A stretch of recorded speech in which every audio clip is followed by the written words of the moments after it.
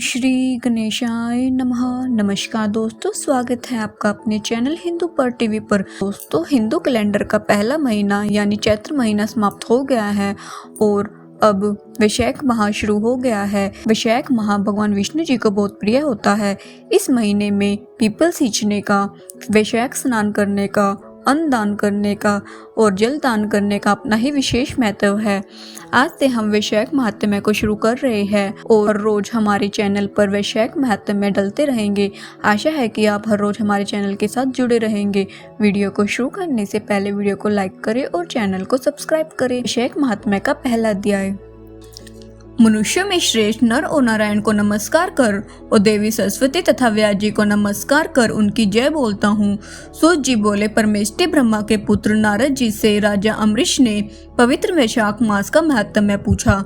राजा अम्बरीश बोले, हे ब्राह्मण, जो संपूर्ण महीनों के महात्म्य वर्णन किए वह मैंने अच्छी तरह से सुने। सभी महीनों में वैशाख मास श्रेष्ठ है, अतः वैशाख मास का महात्म्य विस्तार से कहिए, मुझे सुनने की इच्छा है।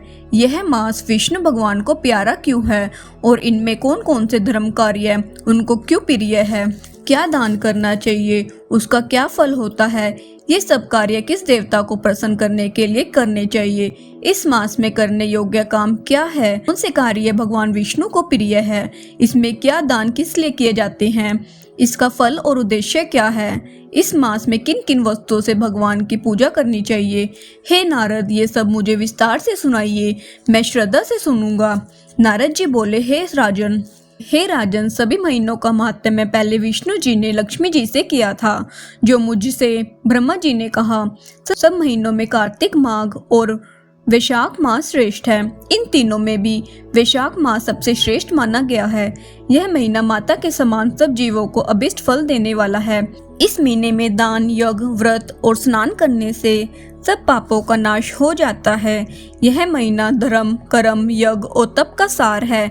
इसकी देवता भी प्रशंसा करते हैं। यह मास विद्याओं में वेद विद्या के समान, मंत्रों में प्रणव, वृक्षों में कल्प वृक्ष, गौ में कामधेनु, नागों में शेष, पक्षियों में गरुड़ के समान है। देवों में विष्णु, वर्णों में ब्राह्मण, प्रिय वस्तुओं में प्राण और मित्रों में भार्या के समान है। नदियों में गंगा के समान, तेजस्वियों में सूर्य, शास्त्रों में चक्र, धातुओं में सुवर्ण, वैष्णवों में शिवजी के समान, रत्नों में कोतुम मणि तुल्य धर्म के लिए सबसे उत्तम मास है। इस मास के समान विष्णु भक्ति उत्पन्न करने वाला और कोई महीना नहीं है। मेष की संक्रांति वैशाख मास में सूर्योदय से पहले जो मनुष्य स्नान करता है से विष्णु भगवान लक्ष्मी जी सहित अत्यंत प्रसन्न होते हैं।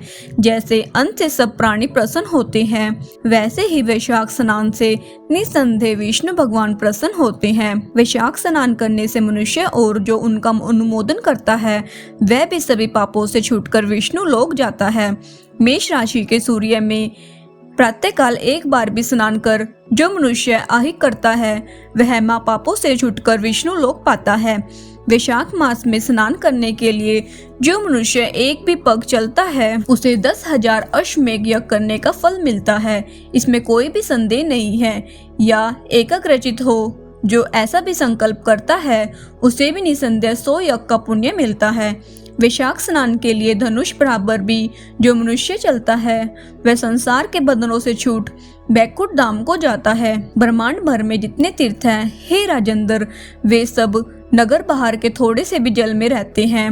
अर्थात वैशाख मास में स्नान के लिए किसी तीर्थ में न जा सके तो नगर के बाहर किसी जलाशय में स्नान करना चाहिए। यम की आज्ञा से शास्त्रों में लिखे पाप उसी समय तक ग्रसते हैं जब तक मनुष्य वैशाख स्नान नहीं करता।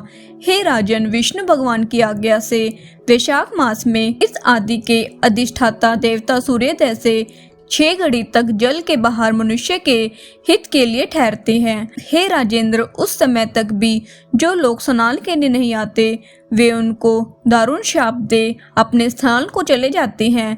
इसलिए वैशाख स्नान अवश्य करना चाहिए। जय विष्णु भगवान की जय।